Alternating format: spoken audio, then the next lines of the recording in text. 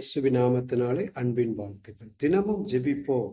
இந்த நாளிலே குடும்பத்திலே சமாதானம் இல்லாதவர்களுக்காக ஜெபிக்க போகிறோம். அநேக வீடுகளிலே சமாதானம் இல்லாத சூழ்நிலை தான் பெருகி கொண்டிருக்கிறது. பணத்தினால சமாதானம் இல்லாது போகும், பிள்ளைகள்னால சமாதானம் இல்லாமல் போகும், மாமனார் மாமியார்னால சமாதானம் இல்லாமல், இப்படிப்பட்ட குடும்பங்கள் சகோதரிகள் அநேகமாய் இருக்கிறார்கள்.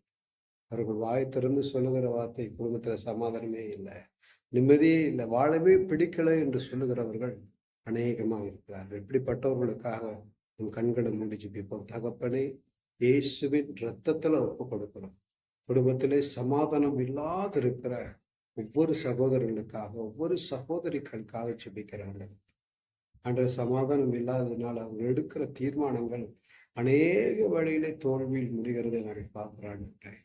சமாதானத்தின் தேவன் சீக்கிரமாய் சாத்தனுடைய சகல கிரைகளை நிர்மூலமாக்குவார் என வேத வசனத்தின்படி குடும்பத்தில் சமாதானத்தை சீர்குலைக்கிற எல்லா சத்ருவின் கிரியைகளையும் ஆண்டவரே நாங்கள் நிர்மூலமாக்கி ஜெபிக்கிற ஆண்டவரே, இயேசுவின் ரத்தத்தில் ஒப்பு கொடுக்கிற குடும்பத்தில் சமாதானம் உண்டாக்கப்பட வேண்டும் என்றே நீர் விரும்புகிற தெய்வம் ஆண்டர். அந்த சமாதான குடும்பத்தில் உண்டாகும்படி ஜெபிக்கிறோம்.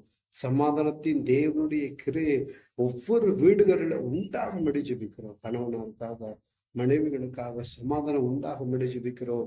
அந்த சமாதானம் இழந்து காணப்படுகிற ஒவ்வொருவருக்கும் கண்ணீரை துடைத்து சமாதானத்தை தந்து ஆசீர்வதிக்கும்படி ஜெபிக்கிறோம்.